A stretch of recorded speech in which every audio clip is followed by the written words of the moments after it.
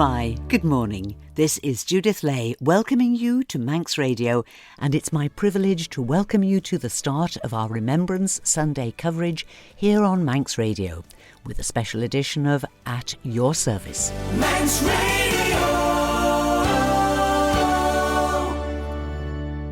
Later in the programme, we'll reflect on what we can learn from conflict in modern times, in conversation with Very Rev'd John Mann, who spent the majority of his adult life in ministry in Northern Ireland. But first, some time to reflect on the price paid for our freedom by those caught in the First and Second World Wars.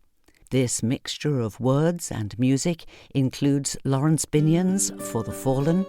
The group Show of Hands reflect on the changed life of the Padre called from his village church to minister to the troops, and an Irishman foresees his death. With proud thanksgiving, a mother for her children, England mourns for her dead across the sea. Flesh of her flesh they were, spirit of her spirit, fallen in the cause of the free. Solemn the drums thrill, death, august and royal, sings sorrow up into immortal spheres. There is music in the midst of desolation, and a glory that shines upon our tears. They went with songs to battle. They were young, straight of limb, true of eye, steady and aglow. They were staunch to the end against odds uncounted. They fell with their faces to the foe. They shall grow not old, as we that are left grow old. Age shall not weary them, nor the years condemn. At the going down of the sun, and in the morning, we will remember them. They mingle not with their laughing comrades again. They sit no more at familiar tables of home. They have no lot in our labour of the daytime. They sleep beyond England's foam. But where our desires are and our hopes profound, felt as a wellspring that is hidden from sight, to the innermost heart of their own land they are known, as the stars are known to the night. As the stars that shall be bright when we are dust, moving in marches upon the heavenly plain, as the stars that are starry in the time of our darkness, to the end they remain. They shall grow not old, as we that are left grow old. Age shall not weary them, nor the years condemn. At the going down of the sun and in the morning, we will remember them.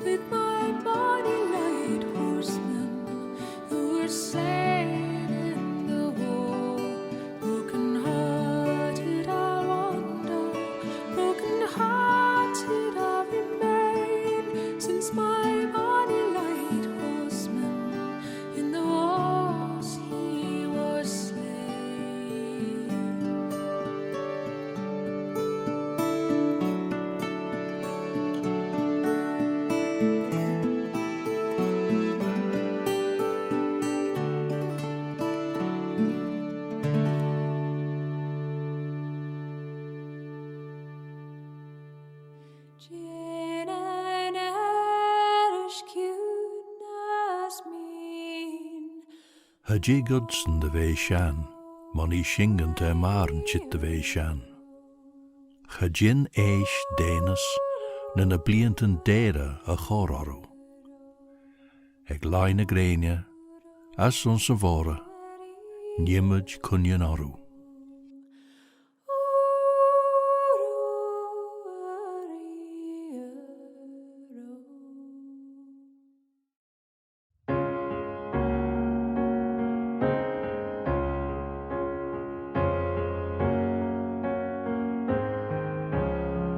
No more for me the rolling Paris the city quarter, the village spire. My flock are waiting in their dugouts, their untrained voices, my only choir. I bless them all, the saint, the sinner, the seasoned veteran, the volunteer, the man of every rank and station, so full of courage, so lean in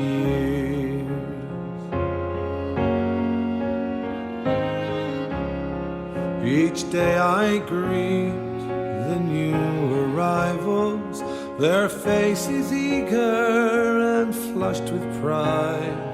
I watch them train and follow orders and hear their stories behind the lines. I bless them all, the saint, the sinner, the seasoned veteran, the volunteer, the man of every rank and station, so full of courage, so lean in years.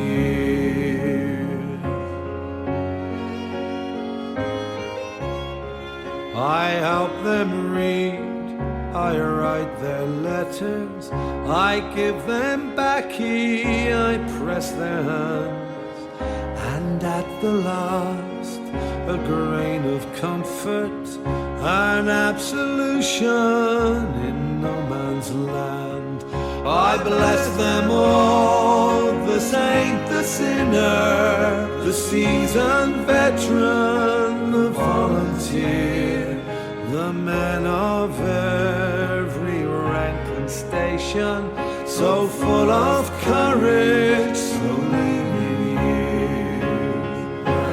There's another country I will want to go. No sin to them that love her, no strength to them that know. Each night I pray in my profession, God bless the Tommy, God bless the Hun, and all the privates and their captains, and all their widows and all their sons, and the devout, the non-believers, and the survivors, and all the slain, that all who witness such destruction may never witness the like again. I bless them all, the saint, the sinner, the seasoned veteran, the volunteer, the man of every rank and station, so full of courage, so lean in years. I bless them all, the saint, the sinner, the seasoned veteran, the volunteer, the man of every rank and station, so full of courage, so lean in years. I know that I shall meet my fate somewhere among the clouds above. Those that I fight I do not hate, those that I guard I do not love. My country is Kiltartan Cross, my countrymen Kiltartan's poor. No likely end could bring them loss, or leave them happier than before. Nor law nor duty bade me fight, nor public man, nor cheering crowds. A lonely impulse of delight drove to this tumult in the clouds. I balanced all, brought all to mind.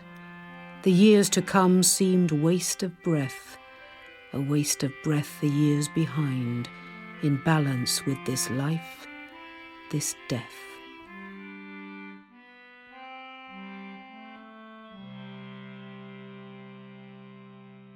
The voices of Imelda Staunton and Jim Carter, with music from Show of Hands.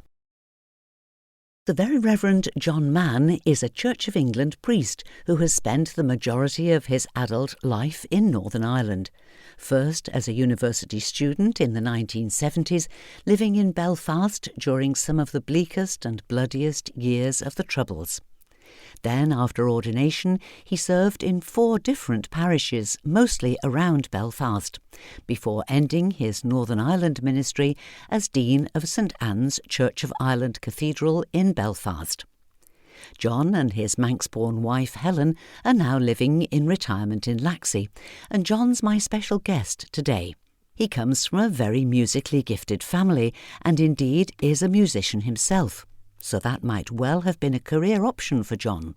So when and how did he realise that serving God and his people through ordained ministry was what he was really called to do? My school days were in England, in Essex, and I was in the church choir and the bell ringer and all those sorts of things. And I remember even at the stage of confirmation thinking, I wonder, is the church something that I want to be deeply involved in? Do I feel a calling to this? And then, as I think with a lot of people, life moves on, you do other things. And we moved to the Isle of Man when I was 18, and then I studied at Belfast, and I think it was there that really I felt the call to the ministry.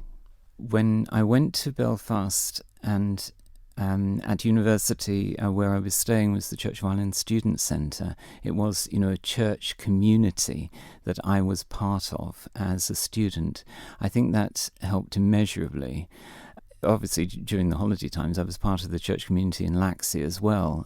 So I had both experiences, really, and I would say that both were important. But it was a time that the church was responding very much to the situation in Northern Ireland at the time. But also, as students, we were also ordinary students that were searching and thinking and discussing and sitting up late at night and talking about how the world could be better and all that kind of thing. So there were lots of aspects to it, and involvement in the community was something also that students were very much involved with. It's often said that churches were part of the problem but part of the solution, because all of the churches were identified as being part of one side or other of the community, and that polarisation was something that none of us sat comfortably with. So it was something that we were trying to break down, and as young people, of course, you see the way through much more simply. There were ways in which we could and did try our best, and obviously through prayer and worship and trying to bring people together in any way, particularly young people, was something that we were conscious that if we could do it, we would do it. After ordination, you were in a series of 4 different parishes in Northern Ireland. Tell us a little bit about those 4 appointments, John. The first was in Newton Abbey, the northern suburb of Belfast, really post-war housing. Great place, church built in the 50s, and very vibrant parish. I was curate there for 3 years, and then moved across the city into East Belfast and to a more older established parish there, and then moved up to the north coast of Ireland, the beautiful north coast of Ireland, which is really, really lovely, not far from the Giant's Causeway. And we were there for 4 years. I was incumbent of 2 rural parishes there. And it was at that point that we then spent a short while in Winchester Diocese. We had a young family then, and we were thinking, maybe it was time to move back across the water. And then I got a call. It was a Friday morning, actually. I remember it well. And Helen was shopping. I got a call from somebody in Belfast. Would I come back to go back to the original parish that I'd started in Newton Abbey and be rector there? It was an 11-year gap, and the long and short of it is that we went back and we spent 9 further years in that parish then. And there was another 9 years, actually, that I spent in South Belfast in another parish in the university area before I went to St Anne's Cathedral. So by the time you came to St Anne's Cathedral, you came with a lot of experience. A lot of experience of people, a lot of experience of the challenges of ministry in such a troubled place. Northern Ireland society had transitioned in this period. We'd gone through the Good Friday Agreement, certainly largely the violence we were experiencing in the 70s and the 80s and early 90s, that was largely put an end to. Life was opening up. That period of seeing the army on the streets, and that was all over. life was becoming more normal, if you like, much more normal. But I did, of course, have the experience of those years. It's an interesting thing, you know, an English person being Dean of Belfast Cathedral. I was certainly the first person that hadn't grown up in the community to be there, but I had at least the experience. Although I was an outsider, effectively, I was an outsider with some decades of knowledge about the place. Well, indeed you were, because if we just flip back quickly to those years at university, there would be no-go areas, there would be restrictions on your coming and going that you would just have to accept.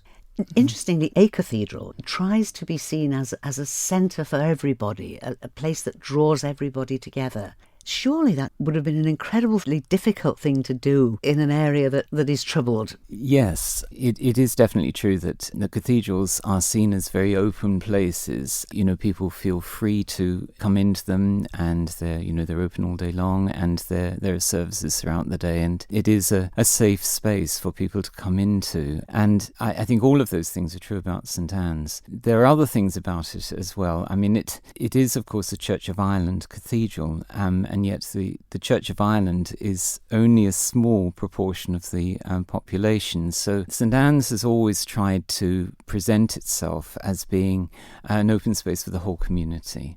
Now, obviously, all of the other churches have big central churches, including the Roman Catholic St Peter's Cathedral in Belfast, which is a wonderful building. But St Anne's does have a special place, and it was seen very much, I think, as being the cathedral for the city, and where big events and big commemorations would take place, and be a place where ecumenism was very important. So we could bring people together there, and indeed all sorts of celebrations happened in the cathedral, and it's a tremendous privilege to be working there at all, let alone be dean. When I went there, the choir was going through a difficult period, as sometimes choirs do. So we were rebuilding, and we had a new director of music, and we were looking at how we were going to develop the choir in a new way, and we decided that we were going to do this across community. So I needed to talk with the bishops about this, because, you know, we were bringing, particularly the girls' choir, which we formed first, we were bringing girls from Roman Catholic schools as well as state schools, and they were largely Protestants, together to sing together, and yet they're Anglican forms of worship, so it was important that I talked it through with the church leaders about what we were doing, in order that we could integrate them in singing together, because we thought, well, music is a wonderful thing to bring people together, and at least when we are worshipping together in this situation. And it worked really well. And I think, you know, one of the memories I have is of two of the girls that had sung a solo each, and I knew that one was from one school and one was from another, but other people didn't know. But to see them go out arm in arm was really good. We had many buses, we picked them up from school, so they were going from school to be picked up, and of course they wore their school uniforms, which identified them as where they were from, but to them it didn't matter. We never had any real problems in that way, just the opposite, that actually they loved being together. Which brings us to the other thing that I would like us to talk about on this Remembrance Day. What can we learn from reflecting on the mistakes that have been made and the things that have gone wrong and the violence that's happened in the past? What can we learn from it today, John? Well, if I can describe, Judith, how I think people felt, say, for example, in the 1980s when I was there full-time working, I would say that there was quite a feel in the community that we were somehow different. The world out there was normal, but in Belfast we were sort of different, and, you know, we couldn't really enjoy normal life because we had certain restrictions, and you come to accept those restrictions. You may not like them, but you accept that this was normality for us. And I think that if there's a message that I would take out of that, when we realise that actually things could change and did change very much for the better, that it is so important these days that we don't develop a mindset where there's a multitude of problems across the world at the moment, that somehow things can't change for the better. We must always be hopeful that things can change, because things do change. You know, they will change if we've got the will to do something about it. And you have seen it. You've lived through it. You have seen change and growth. But we can feel so easily overwhelmed. I suppose the thing is, it's easy looking back to Northern Ireland and say, well, it did improve, but one has got to think about the mindset of where you are, and it is for us to do something about it, not to develop the thought that, we can't change it. This is inevitable. Do you think the churches have a special responsibility to lead that crusade for positive thinking? I'm not saying that the church has got to have all the answers, but do you think the church has a responsibility to lift us and keep us focused on the change that we want to bring about? Well, I think we've got to be conscious that we are part of the problem, that, we're all part of the problem. And, as I mentioned earlier, the churches in Northern Ireland were perceived to be part of the problem as well as part of the solution. So if we're looking to ourselves to see what we are doing in the way that we're living, certainly I think that then we can direct by our actions and our thoughts and our prayers without being seen to be telling people what they should be doing.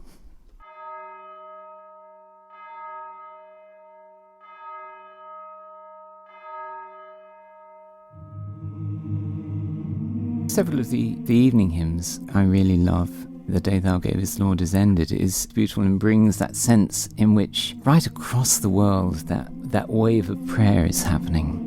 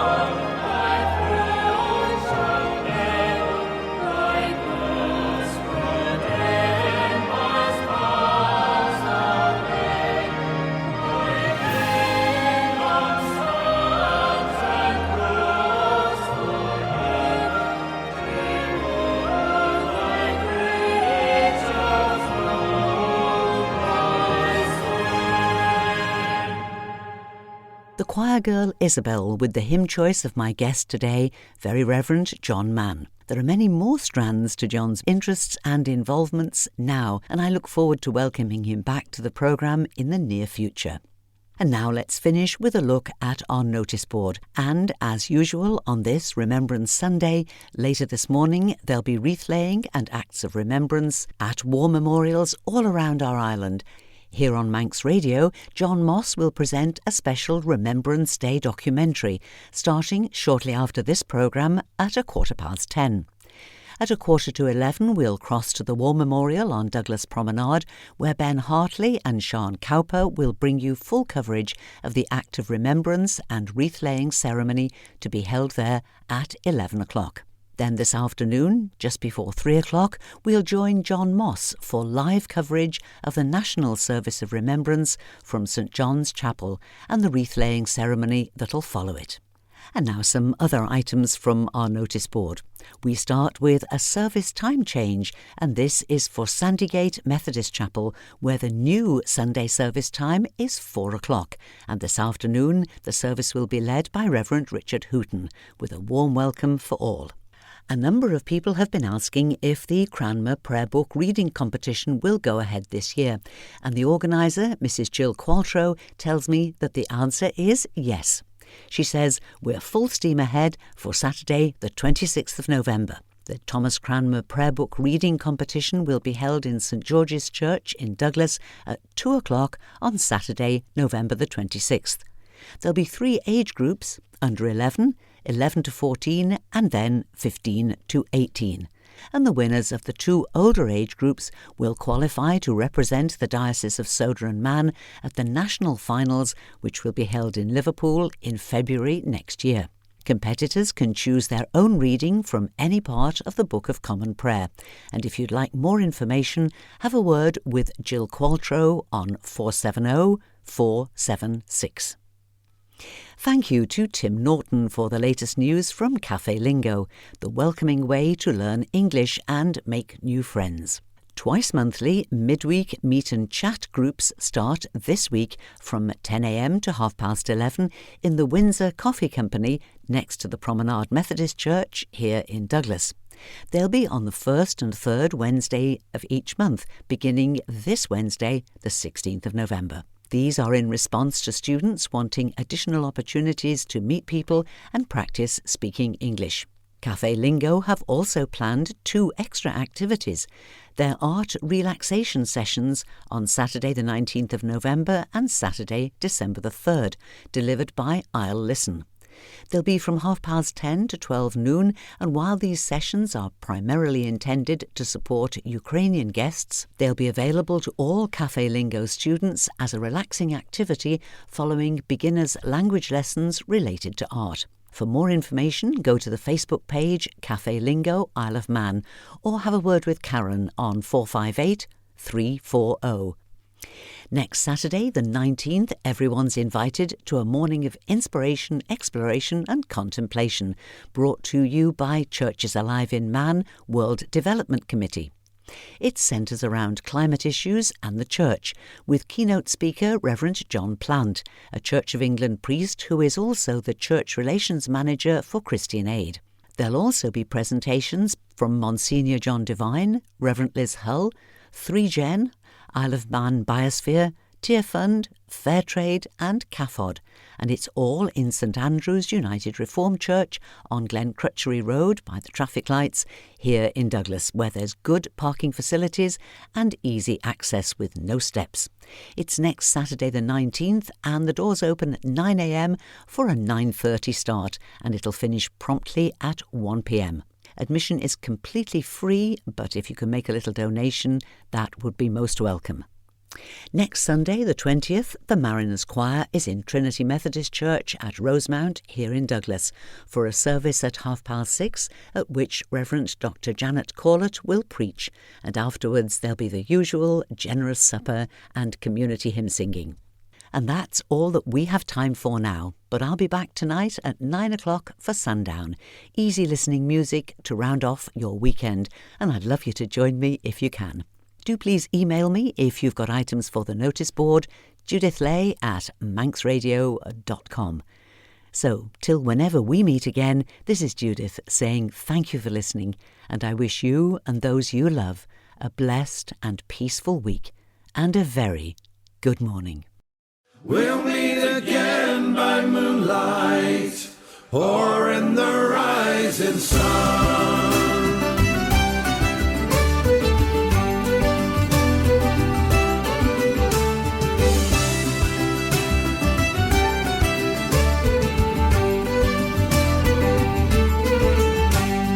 We fell in love that summer, July 1914.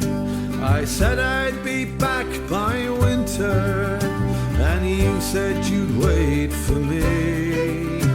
You made me a crown of roses, I wove you a gown of dreams.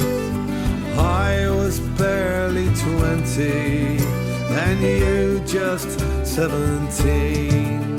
So goodbye till the next time, and until we meet again, in the fields or in the forest, I just don't know when. With the changing of the seasons, when it's over and it's done, we'll meet again by moonlight or in the rising sun.